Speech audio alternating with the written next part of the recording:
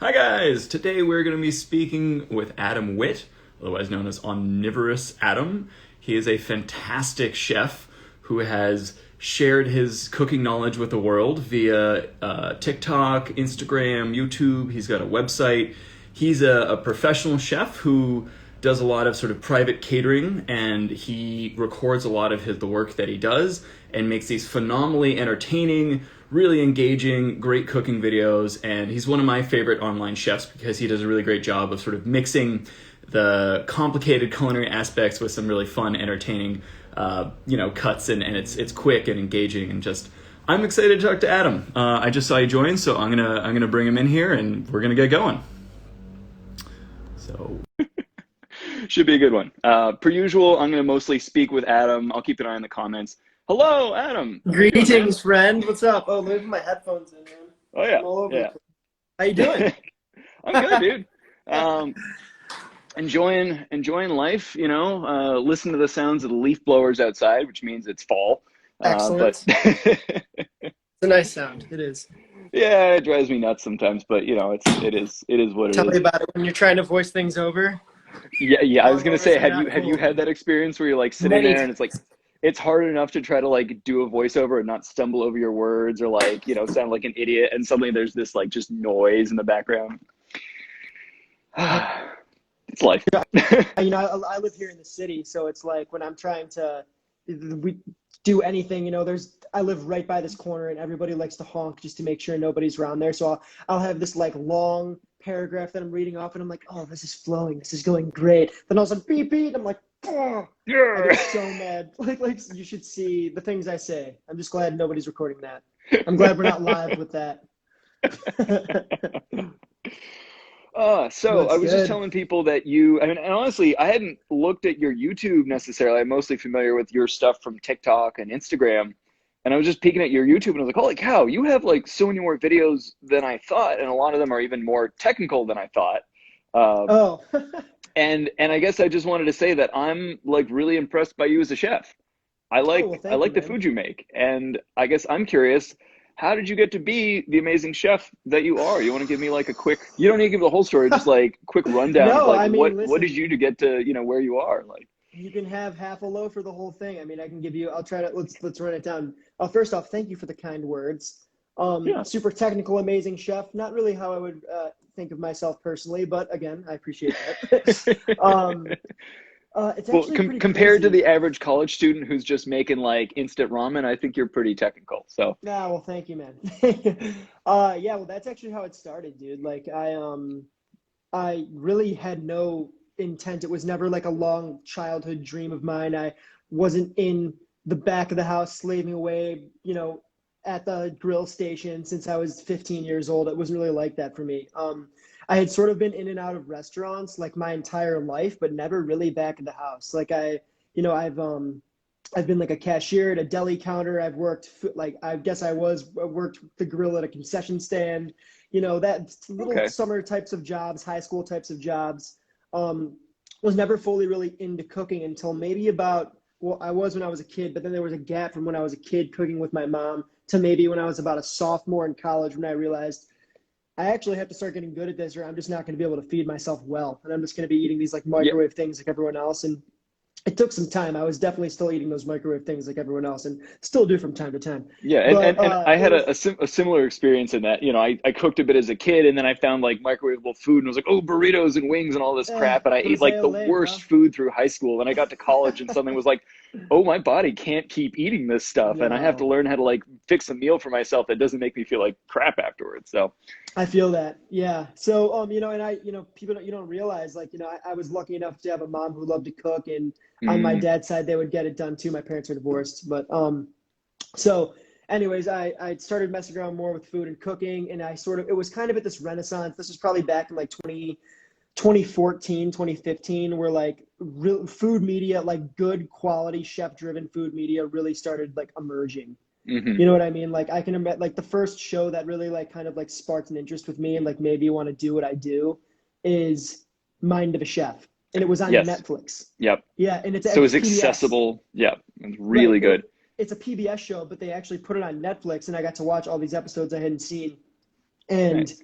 And it was just like, so it literally like I would be watching these recipes, like episodes and like tearing up because I'm like so excited to start cooking.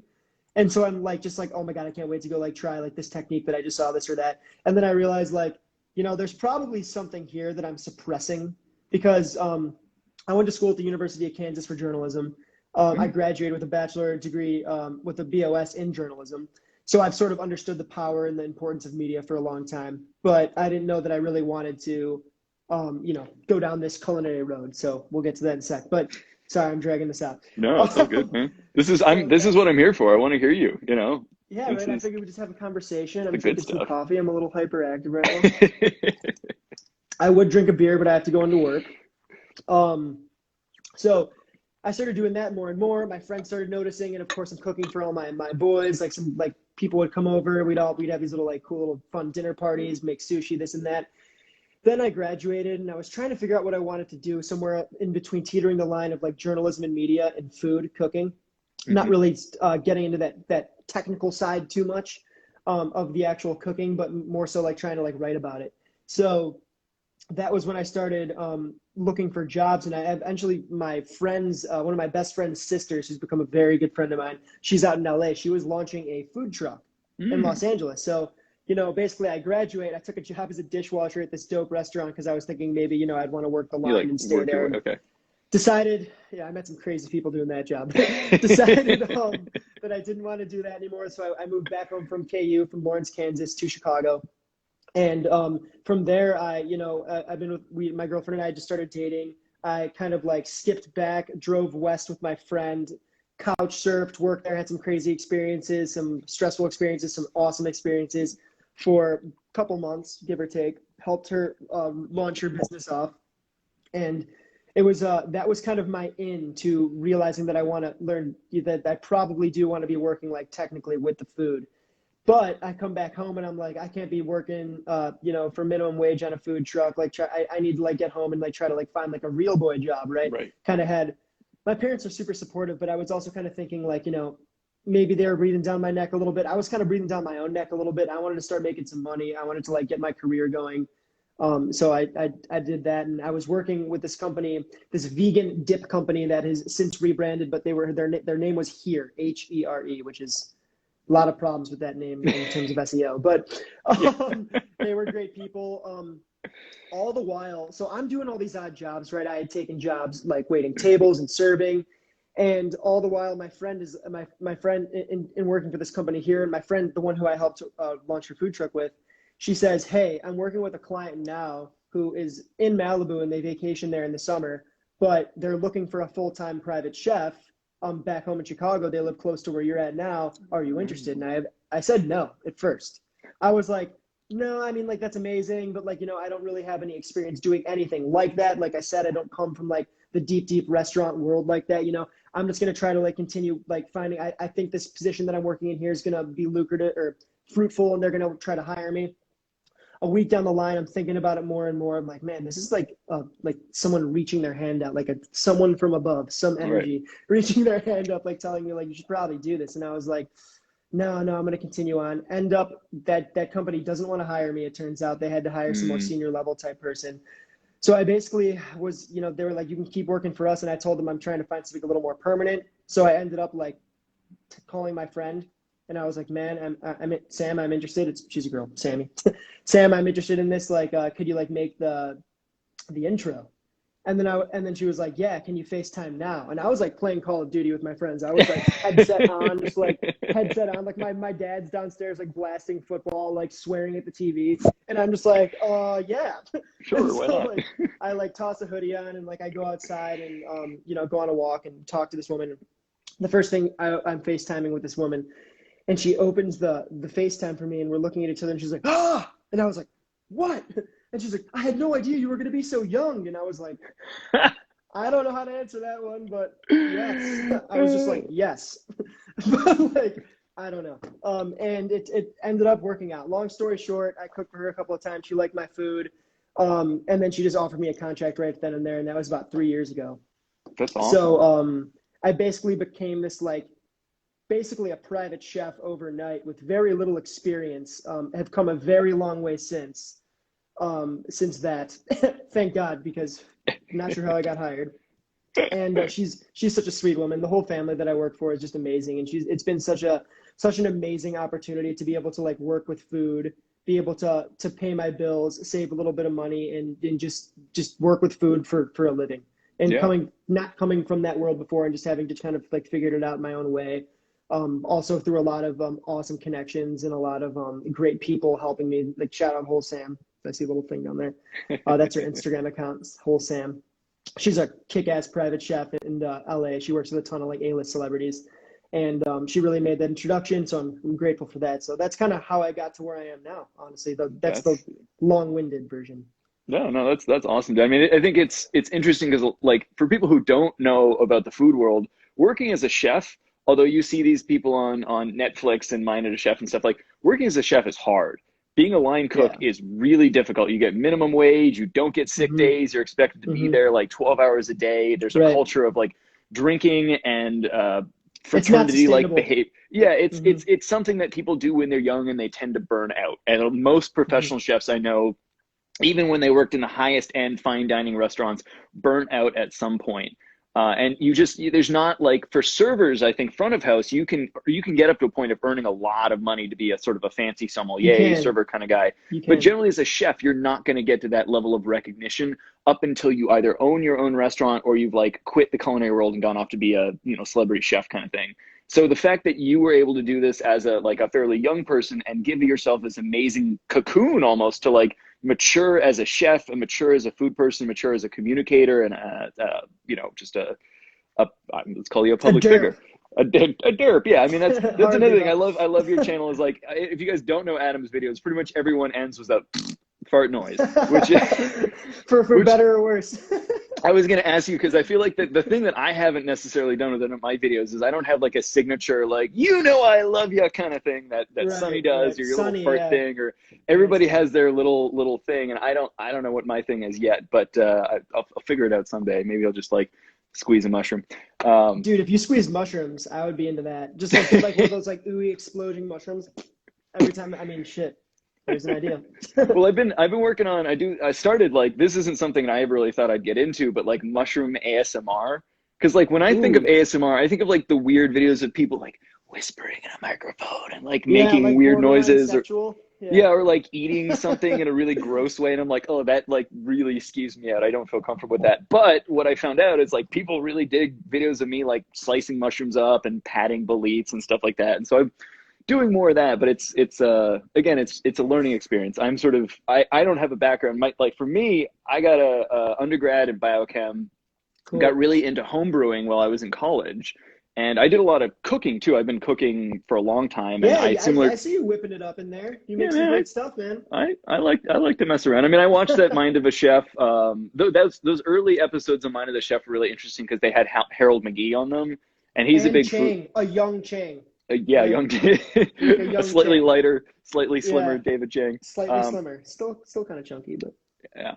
But I mean, those guys are all like really inspiring for me, and so I came into grad school with sort of this interest in homebrew. Ended up working on yeast, and spent like 7 years getting a PhD on fermentation and wine and the ecology of bacteria and yeast and how they interact to make sort of wine quality. But I came out of that and like tried working at a winery for a little bit, and like nothing really panned out. So I ended up doing some sales, and then I like got into mushrooms as just sort of a side hobby, and that has clearly spiraled into a little bit more. But I'm, cool. Similar to you, I'm trying to figure out the kind of like, how do I communicate with people? How do I like take an interest in educating the world and share that passion, project outwards via social media. So you're doing it right now, man. And we're lucky to live in a day and age. We're lucky to live in a day and age where we can just kind of turn our phones on and, talk into them and reach all these people who are interested in learning and just maybe being entertained for whatever value that is. I just think that's like really cool. It's an amazing opportunity. I mean, in no other area could anyone have done this before. You don't have to go through anyone. You don't have to go through any producers, anyone. So you can do it yourself. Yeah. And you don't need You don't need the background. I don't have a piece of paper on the wall behind that says Gordon has a degree in mushrooms. Like, no, Right. I don't have any real background in it. And You have a you don't cool necessarily have background. it. You have a mushroom poster background. I That's do, way but cooler. Honestly. so I guess I'm curious. You spoke a little bit about your sort of chef inspiration as like watching Mind of a Chef, and I can think of, you're right that there was some like really high quality like food media that came out. Have you ever seen Heston Blumenthal's In Search of Perfection series? I think there's about two seasons No, of it. no. It's if you like really I'll write it down. intense food stuff, Heston Blumenthal, because what he does is he picks like something like a burger, but he's like, this is Heston Blumenthal from the Fat Duck, so he like picks apart a this guy. burger and does like everything at like the highest level possible, and like tests all these meats, tests all these flours for buns, like makes the craziest ketchup kind of stuff. Like, Wow. and some of the episodes are a little bit more technical than like a burger, but it's, you know, that was one of those things that helped me focus in on like the first time I went and ate, it was a 14-course chef sampling menu. I was like, holy cow, I want to eat like this all the time, but I can't afford to eat like this. Tell me about it, man. How do I make food up to that level? And that's, you know, that's why I like an account like yours, because you're helping people like, you know, come in with some fairly easy recipes, but sharing techniques that will help them elevate what they're doing. You know, just for example, that garlic recipe, right? Yeah, that one went crazy. Holy crap. It did. That one's nuts. But no, I appreciate that, man. Thank you. But yeah, the goal, like when you said that you hadn't seen my YouTube, I feel like that's kind of the main thing, because I really put most of my effort into my YouTube channel because I really like this isn't going to be one big self plug, I promise, but I really like actually focusing in on like techniques that people can take and apply to many different things in dishes in the kitchen. Like, I don't like you teach methods, like, not just recipes, methods, right? technique. Yeah. It's all, the word is technique. It's like you learn one technique, you know 1,000 recipes. You know one recipe, you know one recipe. You know what I mean? So, and it's all about this, like taking those technique and how they carry over to different recipes. And it's really about having sort of like this deeper understanding of the food and what it can do and how it reacts with one another. And over time, you experiment, you mess up enough, you succeed enough, and you realize what works, what doesn't. And then from there, and you start kind of creating your own style. And I'm very much somewhere in the middle of this process, but I think it's really cool to kind of be able to like record techniques, try to be as sort of technical as I can, while also being able to like kind of like, I don't want to say dumb or water it down for the average person, but explain it how a regular human can understand it. You're You know what I mean? engaging. Yeah, you're engaging. You don't use language. You're not using the fancy French terms that would turn Right. people off necessarily, you know? Right. Like, I'm not going to call a sauce like the name of like a French Duke, just so that like it freaks people out. They don't want to like, like learn it. Oh, it's actually a variation of bechamel. But no, but I think to go back on this, I think that it is important to kind of have an understanding. Like, if you really want to get nerdy about it, if you want to try to do this professionally, if you really want to like learn all you can about food, I think it's cool to learn that technical side, to learn things that are kind of dated but still interesting to me, like the mother sauces. Like, yeah. And to go back to what you were saying, I wanted to touch on that. I think there's a lot of value in people who, if you come from restaurants, like there's a lot of value in being a line cook, especially at like a restaurant where high level execution is going down. You know what I mean? Like one of the challenges that I've had is that stepping into this world, I, at first didn't really have many people in my inner circle that liked to cook, that, all my friends, they're not really that into it. And that's fine. You like what you want. They're still my friends. Yeah. But I didn't have this big professional sort of like circle of like, of people who are doing what I do, who I could bounce ideas and questions off of. You didn't necessarily have peers that you could kind of elevate everything you say. They're like, oh, well, what about this? And then you go up. Yeah, I know how that goes. I like having a friend. That's why I want to talk to you, man, because I see that you're on that level. Like, let's do that. You're an example, man. Whenever I have like any question about like mushrooms or anything like that, like you're obviously going to be the first guy I think of. Whenever I have like, yeah, so like literally, so I don't know any other mushroom doctors, like, and plus you're a great guy. So here we are. But there's a lot of value in sort of like going through the ringer like that, putting your time in, learning from people who are better than you, being humbled, and really learning technique from the bottom up. Ingraining that knife work in your brain, so the pathways are just crystal clear, so you can just dice that onion. And that only comes from repetition, and it's only solidified and crystallized under pressure. Yeah. So like, yes. You know what I mean? Like, and that's something that I've had to sort of synthetically make for myself because I haven't been put in that situation. And I'm grateful for my job because I can, you know, make a decent living and have all this free time to make videos and do all these other things and sort of explore on my own terms. Just as a side note, I'm like amazed that you managed to film everything. Because every time I go to make a cooking video, I get like the initial steps.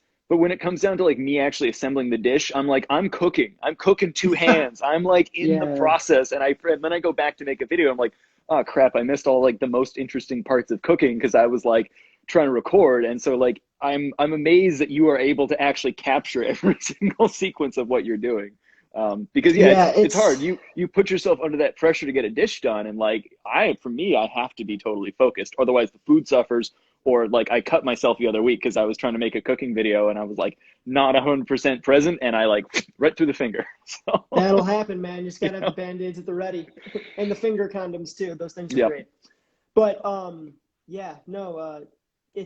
it's not easy, dude. And you know, a lot of the times, like a lot of recipes in I should say videos that I make, like I know what I'm doing like enough so I feel comfortable filming, but there's some things that I've never done before that I'm not filming for the first time. But you know, like today, like I hadn't made this like one pie before and I just really wanted to make sure I got it right before, so I'll practice.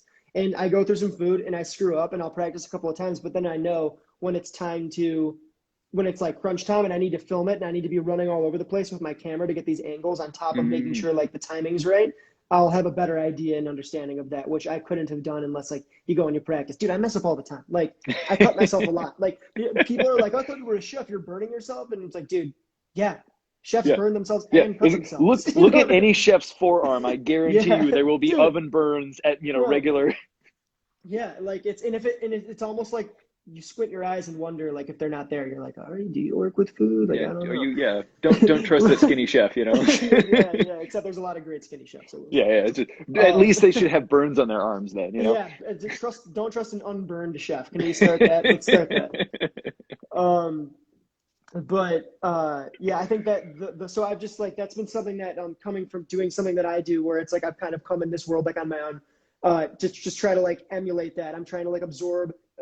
I now have this like cool network of friends who make cooking videos, like Matt, like Sad Poppy, like Brandon, like all these other like people who I've like sort of like met over the past couple of months doing this. And it's cool because like first and foremost, like the guys who I just named, at least they're like badass cooks and they make videos. Yeah, they were both Brandon professional chefs in fancy kitchens, right? Before they sort of started. Dude, Matt's been, I'm sure you'll talk to him, but that kid's been in kitchen since he was like real young. And Brandon, same thing, since he was real young. I mean, dude, that kid's execution is wild. Like you can just tell. I sent him some mushroom powders too, because I was like, I need to see what he makes with, that's why I like get in touch with you guys, because I'm like, I have this like shelf of mushroom stuff that's just at the point of overflowing, and I'm like, I want to share this stuff with the world because I cook every day with mushrooms, but there's no way I can like fight against the amount of crap I have. I love that, man. Like the mushrooms I still have, I'm still trying to do something cool with those lobster mushrooms. We'll talk about that later. Yeah, for sure. And by the way, if you're running out on it, like don't be stingy, use it. I'll send you more. Like I have porcini powder coming out my all sorts of stuff. So right on, man. I might have to ask for more of those lobster mushrooms then. Okay. Lobster mushroom bisque. You know what? So last year there's this vegan tea room out in Sebastopol, and like pre-COVID, I hosted like a mushroom vegan tea event, and I worked with a chef to plan out the menu, and that was like the starting item was a lobster mushroom bisque, and it was he's a really good vegan chef. So I went in there having sort of moderate expectations, but I went in there and had my mind blown. And that lobster bisque that he made was like absolutely killer.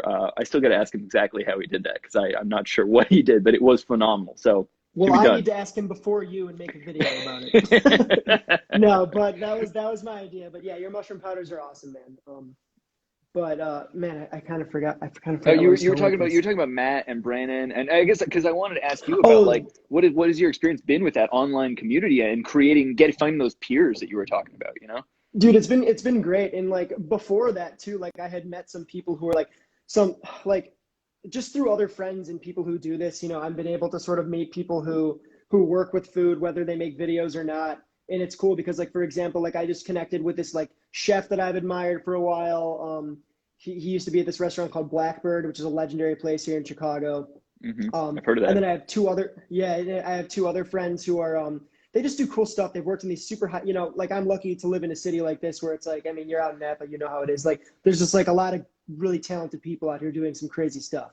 And it's like right in my backyard. So it's like really cool to have access to like these great minds and be able to like ask them, hey, I've never cured an entire ham before, like how would you do it? You know what I mean? So then I can have like this conversation and then like bounce ideas and talk, and it saves me a lot of time, and it's just like cool to like learn from all these like people who are like better than me. So but that community has been slowly building up. And then on this other side, and this other pillar, there's the side of like other cool content creators like Matt, like Brandon. Like I feel like I'm definitely gonna miss like a bunch of people here, but like I have a handful of people who I've now connected with, got in a quick FaceTime, just, you know, ask questions, hang out, talk for a bit. And then before you know it, you build this like little Rolodex of people who you're just texting, hey, like, are your views doing well today? Like, no, like, oh, I wonder what's going on. Like, oh, have you tried doing this? Like, you know what I mean? Like, oh, dude, it's the algorithm, you know, but it's been really nice because it can be lonely doing this, bro. Like, you know what I mean? Like I come from this place where it's like, it's just me working at this house by myself. I'm not going to a restaurant making like staff meal with everybody, like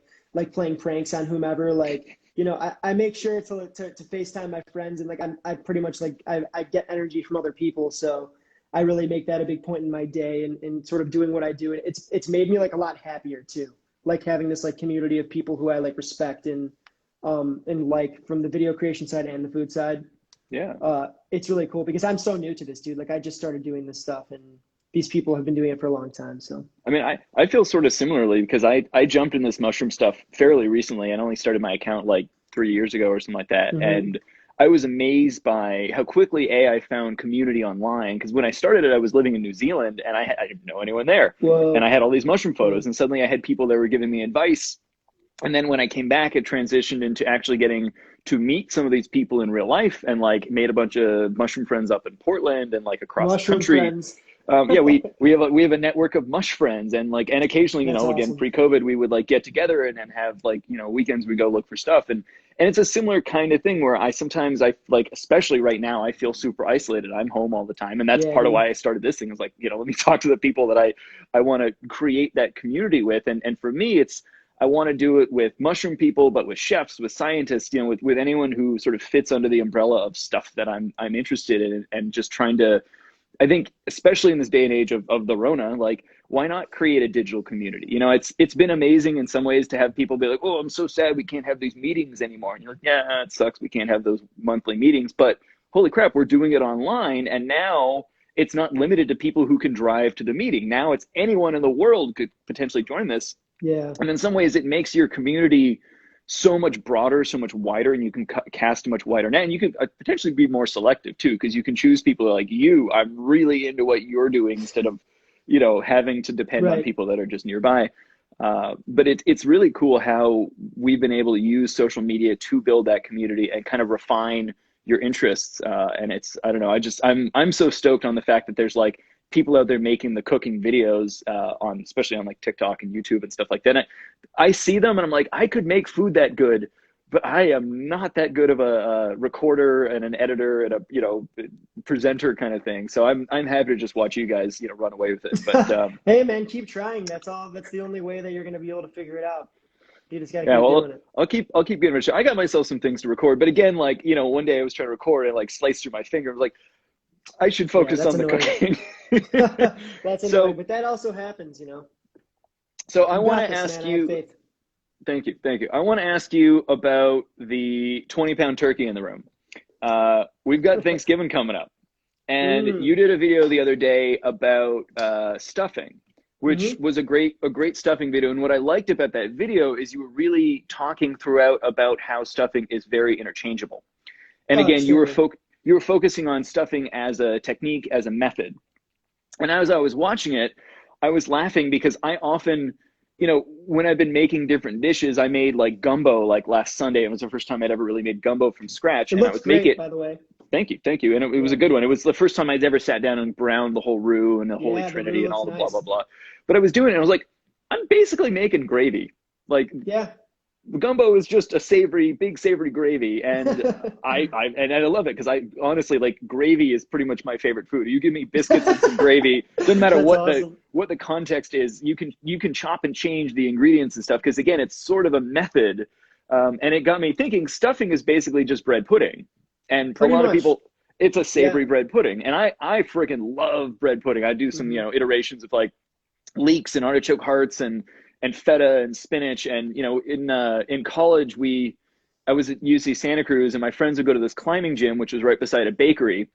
And previous to the bakery getting wise, they used to throw out all their bread in these like blue containers. And my friends after the climbing gym would just go over there and pick out all this sort of stale bread and come home with it. When we call it bread Christmas, very college student thing to do. But Yeah. we're trying to figure out what the hell to do with all this bread. And I realized like, oh man, I can start making savory bread pudding. So I would make like one of these a week and just kind of chop and change all the veggies and meat Hmm. and other stuff I was putting in there. But I was like, oh, this is great. And at some point I was like, I'm making stuffing every week. Uh, Literally.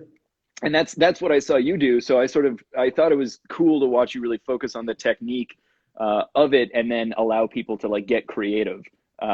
And it's not like necessarily like the sexiest thing to say too, because like people really liked, what I found at least is like people really like to be told what to do if they're not, if they feel that they're not competent. You know what I Right, mean? right. But the thing is that like if you really want to get better at cooking, you just need to try it. And I say this, I'm saying this like 50 times since we started talking. You just got to you just got to mess up, like jump into the mess up. You know what Right, I mean? right. Like keep Lean trying, lean into it. Yeah, if it doesn't taste yes, quite right, keep leap right into messing that with it. mother. Yeah. Right. And but what I was going to say is it doesn't sound too sexy, but if you really think about it, it's just variations on bread pudding. So if you have the same amount of like any type of bread to any type of liquid, so bread, sourdough, cornbread, like rye, sandwich bread, liquid, stock, like mixed with like a gravy. Hmm. It doesn't like Yeah. any liquid. And then like just a couple of eggs, like 2 eggs about per pound of bread, give or take. Mix that around, and then from there, it's like you can just mess with like the flavor profile, whatever you want. Like if you want like chorizo or sagey sausage or like oysters, like I don't care. Yeah. You know what I mean? Or oyster mushrooms. I mean, that's, Oyster shrooms. yeah, Yes, this is exactly. what I do because when I cook, and a lot of people are constantly reaching out to me like, hey, I need a recipe for that, and I'm like, I basically took sort of a like a basic gumbo recipe or something like that, and just threw in what else I had around, which is Right, usually right, me looking at what came out of the garden, what mushrooms I have in the fridge, maybe something that's in the freezer that I'm trying to get rid of. I mean, the majority of the food and the recipes that I make are just based on what I look in the fridge. I'm like, what's going bad? What can I use up so I right. don't waste food, kind of thing. And Exactly. that's where when you get really used to a method, you can spin almost anything into a dish because you recognize that there's things that are interchangeable pretty easily. Because it's all about the technique, dude. It's not about the recipe. You know what I mean? Like if you get hung up on a recipe, you're just limiting yourself. Yeah, Um, recipes, all said, somewhere in the middle, recipes can be useful from time to time. Like right. if you want something to be like this exact way, or you're like, ooh, this is how like X restaurant makes this. It's like their signature. Follow Yeah, that recipe. Try to make it like they do. right. But it's not going to serve you as much to like sort of get a better understanding, like for the whole technique rather than the recipe, in my opinion. Yeah, But yeah, that's another one of those that stuffing, so good, so delicious. yeah. I mean, I Yeah. guess the thing I look at is Americans only eat stuffing at Thanksgiving. And I Right. look at it, I'm like, man, we could be eating savory bread pudding all year long. Like it's Well, I think we should so start a so campaign, good. dude. Let's start a campaign. The But Association for Savory Bread Puddings. yeah, we'll get some government Stuff funding. it up. They'll understand. They'll start subsidizing bread and bread makers and everything. Um, yeah, no, Thanksgiving recipes. I got a lot planned for that. It's funny that you said it's a savory bread pudding, which it is, because I just filmed like 2 days ago, and I literally in the introduction to my video said that. I was like, it's literally a bread pudding, but because Yeah, that's pretty what much. it is. But I have that, some green bean casserole, pumpkin pie. I'm looking at my whiteboard, Yeah. and just Oh, you a got a couple different. whiteboard. Can you Yeah, like man. pan over the Yeah, whiteboard? Can we see sure. this is Adam's Yeah, process. this Oh, is that's this is the cool. recipe That's here. cool, man. So I got my like Is this ideas for do you like TikToks. plan out your week and stuff what you're gonna make for these people as part of your So job? yeah, so my jobs, that's like the whole other side, right? Of what I do. It's like this is like what I do for fun in my video creation side, which hopefully one day will be a career. And then for them, it's a whole different world. Like I'm pretty much tasked with like making them most of the time dinner Mhm. for between two to usually like 2 to 6 people. Most days, maybe with one day off, of course, depends on their travel schedule and things. And sometimes I'll be called in for brunch or lunch, or I'm pretty much on call. I'm pretty much ready to rock. I mean, that's my job. That's how I pay my bills, how like my livelihood comes. Like they are, like I said, like an amazing family. Like I help them out, they help me out. Like it's it's literally like a dream situation. I can't, like, but then I come That sounds home awesome, and dude. I like to focus on this stuff when I come home, you know. Yeah. How much do you take their preferences and their cravings into account as you plan this out? Or they kind of just rely on you to like Menu provide planning for the? the week, you mean? Well, yeah, I So guess I'm just curious. yeah, How do you no decide what to problem. make? Yeah, no, it's so I have this like I use Google Drive for everything. So I Mm, literally have had pretty much every meal that I've made them for the past 3 years on my drive. Because when I that's first cool. started, because it's cool because to look back on when I'm like in a creative rut or something, because it's a lot of piccata, it's a lot of scampi. Mm, I'm in this position where it's like it's I'm able to like flex my creativity somewhat sometimes over there, but not always. Most of the time, not really. But mhm, that's I can kind of get that out and vent that here when I make my own videos and experiment with mm, new ingredients and stuff and mhm. use like the money that I earn there to sort of like, buy cool ingredients and do things that I want to do and learn more about as just a curious cook, you know what I mean? And teach people about it because I'm sort of tasked with educating myself, and so that's kind of like part of that. But for them, it's just I kind of know what you like. You just have to know what they like. They tell you what you like. If you make something they don't like it, they tell you. I ask them, I'm Right. like, yo, if you don't like something, please tell me. If you like something, please tell me because like I need to know. And it's been about 3 years now, so I'd like to think I have it kind of dialed. Yeah. But every once in a while they'll have a request for something, but for the most part, it's pretty much on me to Cool. think of the menus, which is nice. It's autonomous. Yeah. Yeah. You feel like you have some real direction over what you do. But Yeah. so we mentioned Thanksgiving. Hmm. Uh, can I lay out my turkey process to Of you and course, bro. then ask like if you have thoughts or like what your way of Yeah, doing it? go for it. So for years I watched people actually I get growing up my dad would just grill a turkey. And he Hmm. still does that because he usually they do Thanksgiving on a Saturday and he'll like so it's sort of offset from the main Yeah. day and they can have friends come. In fact, they have a friend who's been coming from Chicago for like 40 years when they lived in Champaign-Urbana as postdoc Wow. or grad students and stuff. But anyhow, my dad Cool. grills a turkey, and I've never. Sorry, Dad, I'm pretty sure you're watching. I've never loved his grilled turkey. It's a Oh little no. dry. It's a little dry to me. It's got great like grill flavor, but he Yeah. always does like a 12-pound turkey, so it's not a Yeah. huge That's turkey, hard and to so do. That's hard to do. yeah, but it is amazing that he manages to grill it well and actually get it fully cooked because Yeah, that's technically difficult. it But is. what I figured out to do is I watched people wet brine turkeys and I was like, that's a friggin' mess. I don't want to deal with like this huge pot of Hmm. like raw turkey juice.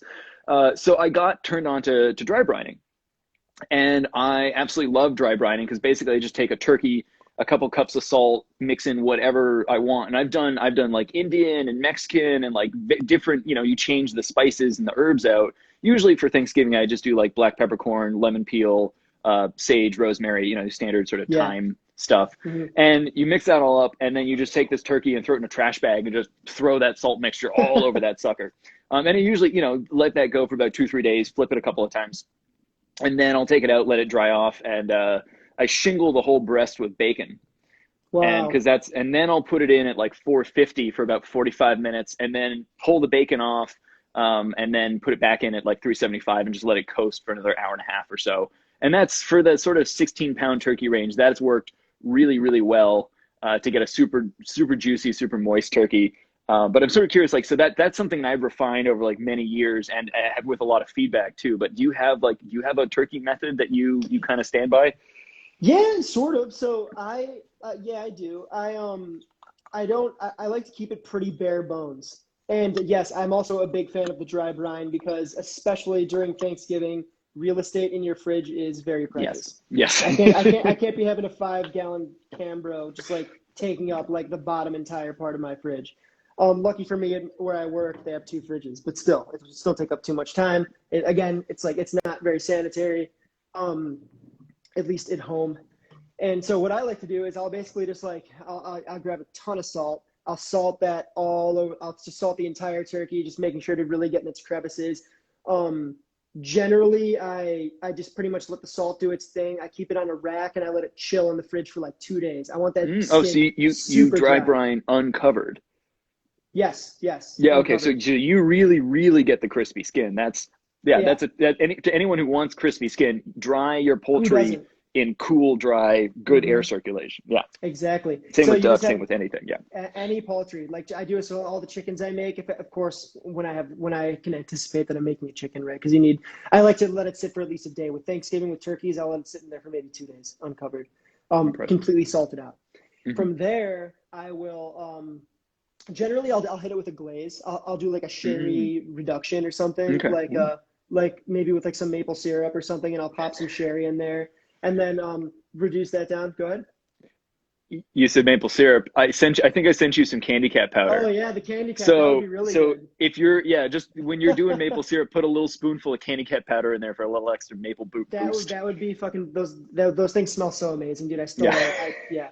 We'll talk about this, but I wanna get a cocktail recipe for those. But yeah, hit it with a reduction. I'll basically like I'll roast it. I'll put it in there pretty hot, and then I'll lower it, and then from there I always stick a probe thermometer Hmm. in the thigh so that I know where I'm at, and maybe when I get to around the 130, 140 mark, I'll hit it with the glaze, Hmm. and I'll probably like I'll take it out, I'll hit it with the glaze, I'll pop it back in.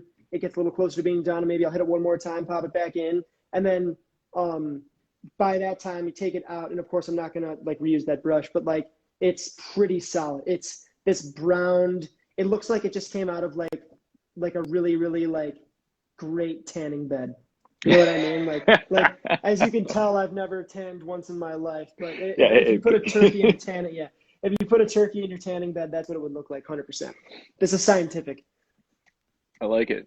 Yeah, that sounds. The glaze is interesting because I'm not a huge baster, at least of my turkey. I'll baste like hams and stuff. I'll baste, but with the turkey, I pretty much just Yeah, let it rock because I do that bacon shingle is my yeah. version of kind of like protecting the breast from the really high Letting the heat fat seep initially. into. Hmm.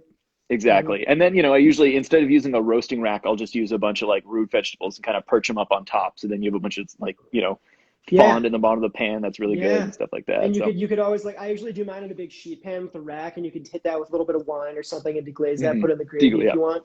right. But yeah, usually like when I'm doing a turkey, I'll do everything I just sent to you, but then I'll stuff it with a ton of just different winter herbs, and then like maybe a couple like some different pieces of citrus, truss it up, and then I'll pop it over a bed of root vegetables and roast that off. And those, the Nice. chicken fat with the butter, it mixes all in. And Oh, yeah. I like to when I'm actually seasoning poultry, like chickens and like turkeys, I pretty much only like to use salt because I find that whenever I put like dried herbs, seasonings, this or that on it, a lot of the times it'll burn on me. And Mm, that's okay. I kind of like the charred, crispy, like burntness, but at the same time, like if I'm popping, I'm not gonna like rub. I don't want charred herbs for bones. You know what I mean? Like hmm so, what you can do is you can pop it under the skin. There's a lot of different ways to inject flavor in there, but I'm kind of a purist when it comes to the poultry like that. I kind of like, um, to what you said about like the breast meat, sort of like protecting that breast meat with the bacon. hmm Genius idea. I really like it. I found that when you brine a bird or meat in general, it's pretty hard to overcook if you do it Yeah. properly. It's Like if hard. you It's really let harder at that least. Yeah. skin, it's harder. It's harder. Yeah. It can be done. Yeah. It can be done. Definitely. But it's much harder. So like whenever that's why it's brining a turkey. People might hear the word brine and say, "I'm never doing that." That adds one extra step. It makes a world of a difference, and it's It not does. that hard. Like you don't need to Yeah. whip out the huge container. Salt it in advance. Right. Like And that's a that's good that's why I start. like the dry brine because I was like I used to always think about wet brine. It's like, God, this is so involved and like yeah, it takes up so much room. And the dry brine, you're like, I just throw salt on Right. something and let it defrost as it's going to defrost anyhow. Exactly. So okay, so here's another question Yeah. for you. What's And up? this is something that I think a lot of Americans probably even if they either they forget to haul it out of the turkey or they haul it out Oh and God. immediately feed it to the dog. The Giblets. giblets? Yeah, Yeah. so I grew up. My dad would make duck confit as a kid, and that was Yep. we spent a little time in France. So I have sort of a French That's culinary, cool. experience. Yeah. But what I learned about giblets was that if I went into the kitchen while my dad was cooking, that I got to eat some giblets, and I grew up loving stuff like gizzards and heart and weird pieces of liver and whatnot. Hmm. But most people hate that stuff, and or most people it either goes to the dog or maybe they'll throw it into a stock pot and it gets sort of added to a gravy or something like that. But do you do anything special with giblets? Do are those snacks for the chef? I was gonna say they could be snacks for the chef. You can chop them up really nice, and you could use them to sort of bolster a gravy. like you Hmm. said. Hmm. Or let's go back to stuffing. Dude, Yeah. that's some good stuffing stuff. Stuffing stuff, Jesus Christ. Stuffing That's fodder. some, Yes. instead of like a sausage or like a chorizo or something like that, Hmm. like, pop those giblets in there, like use Yeah. that. But like, yeah, the offal, like all those like liver and the organ meat and stuff, dude, super nutritious. I'm not sure I'd put them in stock. I think that maybe would make it a little irony or Yeah. I weird. put the neck in I've stock. never done Oh, it. Oh, the neck for yeah. sure. Yeah, Yeah, the the neck neck is good. 100%. But yeah, I don't Yeah. put the liver in stock. That's No, I no. wouldn't. Yeah, I Yeah. don't think that would be nice because you just like leach all that irony sort of Yeah. like bloody The taste. the liver is probably the most challenging thing for a lot of people. And I think like my treatment of what I usually do is I'll take it out and I'll soak it in milk for a little bit because that can help leach Yeah, out some of that irony flavor. And then I'll just do a really quick dredge in like flour or cornstarch or something like that and fry it off in butter. And you just cut it in kind of small pieces and eat it a little bit as you go. And it's fry it in butter, it's real man. tasty. Yeah, it reminds me of chicken gizzards a little bit. I know a roommate who's obsessed with chicken gizzards. But that's you said that you were your dad has you lived in France for a while. That's pretty cool. Just yeah, a little while as a kid, we were in Paris for about 8 months, and I got a good exposure to French food and like one around markets and Dude. eating things that I would have never had any kind of business approaching before, and now like looking back and I'm like, wow, I ate intestines as like a 7-year-old and it didn't seem weird to Yeah. me, but as an adult, I might like be kind of give that pause kind of thing, but And you it appreciate allowed it me too, I bet. yeah, and it allowed me to see a lot of different like parallels between food across cultures, which I think is super fascinating. And that's one of my favorite things about cooking is to look at like getting to know Mexican food better, living here in California, going to Mexican markets, looking at all the chilies and the things on the shelves, and then you thinking about it, and it's like, wow, a lot of these ingredients and a lot of these methods, the techniques we're talking about are fairly similar in some ways to Indian curries, to Yeah. Southern Thai food, to Vietnamese food. There's so Middle many Eastern ingredients. food, yeah. Yeah, there's so many Hmm. things that have these parallels, and you start looking at how you build a dish, and you're like, wow, most dishes in the world start by frying some onions and like kind of adding stuff to it, like you Yeah. start seeing how so many things are just small iterations and versions of each other, and you can take something that seems like a traditional Italian dish and then suddenly throw some soy sauce in it or something like that. I assume yeah, John Kung, like he was making basically a tomato pasta dish the other day, but he's putting like Asian chili oil and soy sauce on it kind of thing. I'm like, Oh that's yeah. awesome. It's so cool to see when people are able to like, it's not just fusion, because I don't like the idea of sort of fusion food because you end up, I think, with just less good versions of the original a lot of the times. But it's really cool when you're able to chop and change things and kind of come up with a new dish. And I don't call it fusion because, again, I have like a weird block against that. But I do love finding intersections of food where you can just like create something new that it's not authentic, but doesn't need to be authentic. You made it, so it's authentic to you, right? I mean, Yeah, that's the whole authenticity conversation, It's like kind of like what does that mean, this and that. Like there's been a lot of like really smart people who have written about it and a lot of cool insights regarding that. But really what it is too is just about like understanding ingredients. Like, dude, have you ever put fish sauce in mac and cheese? I haven't, but I love that Dude, idea. try a little. You shouldn't really taste the Just fish sauce. yeah, just Tiny enough for bit. that background. If you put two bowls next to each other, you'll be able to tell a difference. It's crazy. It's just like that little umami punch, like something that mushroom powder can do. Yeah, So exactly. it's to be able to like as a food person, like just kind of like who has a relative understanding of different ingredients to be able to take those ingredients like soy sauce and maybe using them to like bolster an umami in like a beef stock or something. You know what I mean? Hmm. Like there's probably a million different examples you can talk about. But I just think it's cool, like understanding ingredients and then like taking your perspective and adding them into different things based on where you've been, what you've seen, what you think might work. You know what I mean? Yeah, and So it's okay that's to mess up sometimes. 100%. That's how you succeed though. You just got to mess up and then all of a sudden maybe I'll add a little too much of this, but next time I'm not and it's going to be flame. You know what Right. I mean? So that's something I deal with still all the time. That's cool, man. It's again, I love talking to chefs because you have a chance to kind of go back and forth and like up, when we talk about a dish, you can up each other's Hmm. ideas Yeah, by little bit. But it's cool and you s- can bounce ideas off. speaking of which, I want to talk to you about mushrooms. So Hell yeah. I just saw a video of you like out foraging ramps. Does that mean that you've like foraged for morels before, or do you have any experience of going out looking for mushrooms? No, but I No. want to. But I want to. I have zero experience looking for morels. So my stepdad grew up in Iowa. He said that he used to go out Mm. with his friends and like get morels like back for the short season that they exist there. And I actually went ramp foraging for the first time this year. That was my first time. A cook buddy of mine, and I went out into the forest, grabbed a bunch, and it just had like a lot of fun with them. And next year, I'm already thinking of things I want to do with them next year. And it's kind of one of those weird cult vegetables, you know. So like people Yeah. just love because the season's so fleeting. But I would love to forage mushrooms with you one day.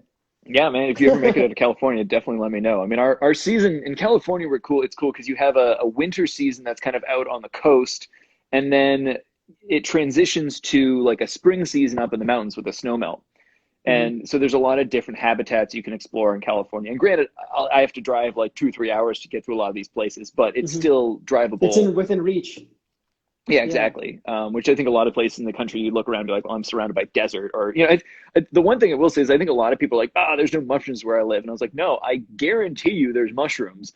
It's going to be a function of rain and temperature and time of year. And more importantly, habitat. You need to have Yeah. a good, like fairly heavy, you know, set of trees kind of around. But I guarantee you there's something there. It's just a matter of going out and looking at kind of the right time and keying into what you're looking for. And yeah, keying into what you're looking for because I don't, like I said, like I was looking at some of these questions that you like sent me earlier, just like, you know, conversation topics, and I was like, what fungus, what mushrooms are you interested in working with in the future? And I was just Yeah. kind of like, I don't really know how to answer that because I feel like it's just not a topic I know much about. Like I know probably more than the average person because obviously I work with food, but like I just like I have so much to learn about like mushrooms like in general and like all the different types and kinds and what's edible, what's not. So I wouldn't trust myself enough to be able to go. I know what morels look like. I could probably forage for morels just because I know what they look like. I wouldn't know where to look. I wouldn't know when to look. So I probably wouldn't be Right. too successful at it. But you know, one of these days I would love to like go out and like I love that idea of just like going out and like picking your own food and you know, I'm not out, you know, here in Chicago, we have a very brief window where we can do that. Plus I'm in the city, I got Right. to drive a little ways to do that. Yeah, But you got to get still out of worth town. it, you know. Totally. So what, I mean, what are some of your, as a chef, what are some of the things you've cooked or do cook regularly with mushrooms? And not even fancy mushrooms, just like Huh. what are some things that you would do? Dude, dude, I honestly just like okay, there's a couple of things. One, my girlfriend's mom makes kick-ass chicken marsala, just like Oh, classic nice. down home, you Hmm. know, marsala wine. Like it's kind of like piccata, but you use marsala, no capers. It comes together super sick, super simply. It's just so good and like delicious. And you know, I've had it like you know using like Bellas and baby Bellas, like classic Hmm. mushrooms that you kind of just get at every grocery store. But then you can like change them out for shiitakes or like king Yeah. oysters or like all these like different cool mushrooms and really get into it sort of. Yeah. Different But textures, slightly different flavors of yeah, umami and depth of, yeah. yeah. I was just reminded how much I love green bean casserole. I call it GBC. So I added some of your. I mean, I made a video about it. It's coming out tomorrow actually. But it's the secret weapon was your porcini powder. Awesome. I was Um, gonna. I saw someone else making green bean. I think Brandon made a green he bean did. casserole, and I was like, "Bro, add some porcini powder. What are you doing?" And he's like, "I'm Literally, did he? I saving it." And thought I he was like, did. He "No, didn't. don't save No, it. he Just didn't. put it in everything." That's funny as hell. Yeah, no, I actually thought about. I commented on his video. I'm like, dude, I just like, but yeah. So Well, we're that coming up on Thanksgiving, so it's gonna happen. You know, I know you it's gonna guys are usually happen. trying to like not overlap with one another, but Oh like, no you no know. no! I'm not saying that. Oh, I'm the creative mastermind who made a green bean casserole video. That's not what I mean. I'm just saying like it was just funny that because we made it the same day and then he Same said day. like not your grandma's green bean casserole. And I'm like, man, am I just like not as creative as I thought I was? No, I think it's Probably just the not. time of year, you know. I You know, know, it's. I know. I'm kidding. But so marsala green bean casseroles was awesome that I just made using a lot of different mushrooms. And honestly, Mhm. I just like getting nice big meaty king mushrooms from the Korean market, scoring Mhm. them and just searing them off in some butter and thyme and garlic, treating them kind of like a steak. They take on this, as you know, this like beautiful color. And you can just kind of like rest them on top of things, and it just like it looks sexy, it Yeah. tastes sexy. It's just like it's a win. And it's not even Yeah. like a dish per se. You're just cooking mushrooms like you would a steak. Yeah, Like butter basted it's mushrooms. yeah, Like it's another thing you add, and it's adding, and that, I think for me, when I talk to people about eating mushrooms, there's a really big divide between people are like, oh, you have to make a mushroom dish, and I'm like, no, you don't. You can no. put mushrooms in literally anything you're eating, and to me, if we look at our standard, like, what is a standard American meal? It's probably a cheeseburger with like a side of fries. And is that nutritionally balanced? No. I mean, you have like, No. there's like too much carbs from the burger and you have all these fries and so much meat. And it's like, if you could add mushrooms to that meal and maybe like a side salad, suddenly you'd have a balanced meal. Um, and it's just so many like Americans don't realize that eating mushrooms could be part of your everyday diet. And I think you'd be a lot healthier if you were able to integrate them into everything you're eating, because it's adding extra fiber and protein and all this stuff that we we need. So Yeah, dude, it's a good mushrooms thing. are just magical in so many different ways, medicinally, like vitamin wise. But also, it's kind of annoying because, like, first off, I was raised in a household where you try everything once, no matter what. And Good, like, good. no matter what. And like, I live by that. And if people as adults don't live by that, I'm like kind of weirded out by it, to be honest. It's a little weird to me. It's a little Yeah. weird. If you're not going to try When something like someone, one time, yeah, when you meet someone who's in their 20s and they're like, I only eat chicken fingers, and you're like, yeah. what? And it's like, no, no, no, I won't try it. It's like, well, if you tried it and you didn't like it, okay, Yeah, fine. I'm Yeah, gonna roll my eyes still, but like, okay, whatever. But because you tried it, so congratulations, you passed the test. Like, you get at least get some bit of respect. But like, if you're just gonna sit there and dismiss something before you even try it, would you do that with anything else in life? You know what I mean? Like maybe something that might kill you, and to their defense, mushrooms might kill you, but not the ones that we're gonna serve yeah, them. not the ones You I'm know gonna what I serve mean? you. Yeah, yeah. So, but yeah, I don't know. Mushrooms are insanely great, and I love them. So Yeah. I know you do too. I love that you mentioned you get your king trumpets from the Korean market, because people Dude, best ask me, mushrooms there. yeah, they ask me all the time. They're like, well, I want to try, I don't like mushrooms. And I'm like, I don't blame you. I don't like Agaricus bisporus either, because button mushrooms, cremini, and portobello are all the same Right. mushroom, and Hmm. they all taste pretty much the same. And they grow and poop, and I'm not crazy about them. But there's oyster mushrooms, there's enoki, there's king trumpets, there's maitake, there's beach mushrooms. I mean, the list goes Maitakes. on, and then there are these sort of like mushrooms you can buy. But a majority of them are ones you're only going to be able to find at Asian markets. And that's a real shame that standard white people grocery stores haven't started carrying more diversity, but maybe Whole we can Foods push has them to actually do so. started. I would Yeah, consider Whole yeah, Foods a white person in grocery store, right? It's kind of like mainstream. definitely. You know what I Yeah, mean? Like main American sort of like cookie cutter type shit. They definitely. have they have they've been a lot better. Now they're gonna Oh, probably be a lot more expensive than these. Again, like yes. you're 100% right. Like if you're looking for some interesting mushrooms, if you're lucky enough to live by a well-stocked Asian grocer, particularly in my experience, I found that Korean grocery stores have the best Really good. mushrooms, Yeah. more so than the Thai spots, the Chinese spots, the Hmm. that I've been to. Like where the Filipino spot has a couple good ones, but Korean markets for whatever reason are very well stocked usually with delicious like a delicious array of mushrooms that are good quality too. Yeah. So Um, that's a good tip for anyone who's got it. And then, I mean, for 100%. people who are living more rurally and don't have access to like an Asian grocery store, Hmm. you can order kits, and Oh you yeah. don't always Oh necessarily yeah, get yeah, yeah. your money out of a kit, because you pay like 20-25 bucks, and you're going to Uh-huh. get a couple fruitings of mushrooms out of it, but you're not getting like the full $25 worth of mushrooms out of it, if as opposed to spending $25 worth of money at a store kind of thing. But you have the experience of watching it grow, of getting to It's so choose when cool. you want to eat it. Yeah, and there's so much Yeah, that it's like people always ask me, how do I keep mushrooms as houseplants? I'm like, well, you can't, but you I can get a know. kit and watch it grow over the course You of can like a couple of inoculate a days or a hog. week.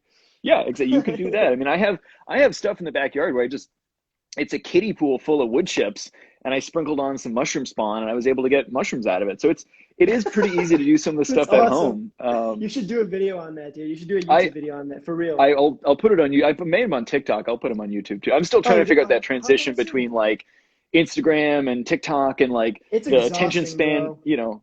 Well, because I've gotten decent at the 1 minute thing, but then the idea of like me talking for 10 minutes, holy crap, what am I gonna say on YouTube? You know? Yeah, But, yeah. Dude, I feel like you might actually flip that perspective around if you give it a go, because I found if you have something good to say, and I feel like you do, and you could really speak to a topic like well, and you fully understand it, you think you communicate it to people well, YouTube's your best bet, dude. Like I have this like mm, weird love-hate relationship with TikTok, to be honest, dude. Like I don't know if we're moving away from mushrooms and into social media, it's but all like good. but it's one of those things where, like you said, how you've gotten used to making these 1 minute videos, right? And you Right. find it hard to do that. Like, it's all about like these different platforms are good at certain things, and it's all about Hmm. harnessing what they're good at. And ever since I was a kid, I've kind of been like a spaz, like kind of like loud, like fast talking. So like TikTok is actually like pretty solid for like my Yeah, I was personality. gonna say your energy is spot on for TikTok. Thank you, I think. But it was one of these things where I found it to be kind of like naturally, like I can talk for better or worse, like very fast. It can be confusing sometimes, but like for YouTube, I have to slow myself down because I'm like, then I realized that's not the right topic. I want to like dive into this. I want to take it at a medium pace and like entertain people, but also like share the information clearly. And that's something you need to teeter the line. Like if I could have, it makes me upset because like I want to share so much more information with people, but that's just not what the internet wants nowadays. You know what I mean? Right, Unless right. you yourself are curious and you want to learn and dig more, which is why TikTok is amazing too, because the fact that we've been able to build these like audiences for ourselves on TikTok just gets people sort of like through the door. So if they really want to learn more about cooking, about what we do, and they like what we're making and what we're putting out into the world, then they can follow us on different social media platforms. But my main goal with all of this is to really be able to have like a sustainable, you know, good sized community of people who on YouTube like that I can like really like sort of work with in the same way that sorry, you just had a little loading thing. In the same way that I would on like it's hard to harness that community on TikTok because there's a lot of people who the comments aren't as rich, the engagement isn't as rich, the content isn't as rich. It's shock value is real. It hooks you in. It's entertaining. There's no doubt about that. But it's not as deep as I would like it to be. And I think that you know when I see, that's where I'm at. But yeah, I hear you. I mean, I think that's a challenge of the world as a whole right now. So many things are taken, you know, everything is clickbait and nothing is substance. And there's so much hype and so little substance. And I guess that's the reason I appreciate you, because I think you do a great job of mixing a little bit of hype to get people engaged and then some substance. And you give them, you know, your YouTube gives them a chance for you to dive so much deeper. And I'm stoked. I was happy that you liked the stickers I sent you, and looking at your website, I was like, Adam's got to get some stickers, you know? Dude, yeah, you got I still got to put these somewhere. I'm saving them. I got to put them somewhere cool. But I got to do that at some point. Yeah, it's a good thing. It's nice because one of the things I've realized is when you meet people in real life, they seem really excited to like interact with you, and you're like, I can't be as exciting as I'm going to be in a video, but I can at least hand someone a sticker, and that gives them like a feeling that they've had a chance to like kind of meet the person that they wanted to meet, sort of thing. Right. I find it a lot more effective than a business card these days, because every info you have on a business card these days, people are going to be able to find on your LinkedIn or on your profile or whatever. It's like you give someone a sticker, and they can stick that on a water bottle. They can give it to their son or daughter or something like that. It's just it's good stuff. So. I see. There you are, right on my toolbox. Is that dehydrator or what is? Oh, that's your. That's my Husky. Toolbox. Nice. Just very nice. That's my extra tools. We're in my kitchen here. This awesome. is where it goes down. I was gonna say, let me see your rack. Okay. Yeah, hold up. Do you have any like favorite cooking tools? I actually see some chinois. Those are good. Yeah, I mean, favorite cooking. Wok. I mean, it's kind of a weird question. These carbon steels are fantastic. I pretty much use them for everything. These are like from Made In, not sponsored. Nice. Yeah, I've seen Brandon's done some videos about those recently. I've thought about getting one. Great. I've been using them now, and like they haven't let me down. And cool. they're a little lighter than cast iron. You know, they do the same job. They're a little more responsive than cast iron. Favorite tools. Well, this is kind of like what have you? I was gonna say the one thing. So I've got like at this point I have most of the kitchen tools I want. I have like a sous vide, and I have a blowtorch and other stuff. But the one that my buddy and I have been dreaming about is getting a Paco Jet, which is dude, my friend has one of those. Way to really fancily make ice cream. Yeah, aren't those cool? They're so cool. They're so expensive. They're so cool. My friend bought a used one on Facebook Marketplace or something from like a restaurant that was going out, and it's just like sitting on his counter, and I'm just like, dude. That's dope, but that also takes up like 1/3 of your counter. Yeah, I have no room for it, but that's my dream. Is someday guys talk about like, oh, I want a man cave so I can build stuff, and I'm like, nah, I want like a shack in the backyard that's nothing but fancy like cooking stuff in a shack. Dude, I want an adventure. That's my man cave. You know those big like tricked out Mercedes that people take up in the mountains and stuff? I want one of those. Yeah, I want it to just be tricked out with all outdoor cooking stuff. That's what I want. That's my goal. Dope. I like one of like a vertical grill and all the things you need. But this mini spoonula, it sounds funny, but this thing is awesome. Whether it's getting stuff out of jars, spreading like a sauce around, like getting things in crevices, it's non-stick, and it's you can use it as kind of like a spoon and a spatula, and it's like the perfect size. Like I use this for like probably too much. Probably should use something bigger sometimes. but it's so useful. And they come in a pack of 2, and they're like $10, and they're great. They're like one of my favorite things for sure. So I'm going back in my I love room. that sometimes, like you ask the chef what their favorite thing is, and they might just be like, it's like my little tiny offset spatula or something like that. Yeah. It's, you expect them to say, oh, it's going to be this big fancy machine. Like, nah, it's this thing that I just use. Yeah. Like probably my most used kitchen implement is I think it was sold as a bowl scraper, but I call it my pirate spatula, because it looks kind of like a little sword, and it's like perfect for scooping bowls and shoving things around. So Yeah, man, it's the little things you pick up over time. I think we've probably exceeded an hour here, and I wanna let you get back to your day, because I know you got to get to work at some point here. But it's been really fun, and I'm so stoked that we have a chance to like nerd out on food. I had a bunch of questions I wanted to ask you about, like food challenge questions, but I'll bring it back another time, and we can nerd out on what you'd make with different types of challenges and stuff like that. Yeah, bro, I'm always down to nerd out about this type of stuff. You know where to find me. So we'll talk soon, man. I do, yeah, and for sure. Let me know. I'll brainstorm about lobster mushrooms, candy caps, all the things. I got good ideas. So, dude, yes, I know you do. So I will be reaching out to you about those. All right, man. Awesome, Adam. Thank you so much. It's been a pleasure. Have a good day. Hey, you too, man. Peace out, man. See ya. Thanks for having me. Bye.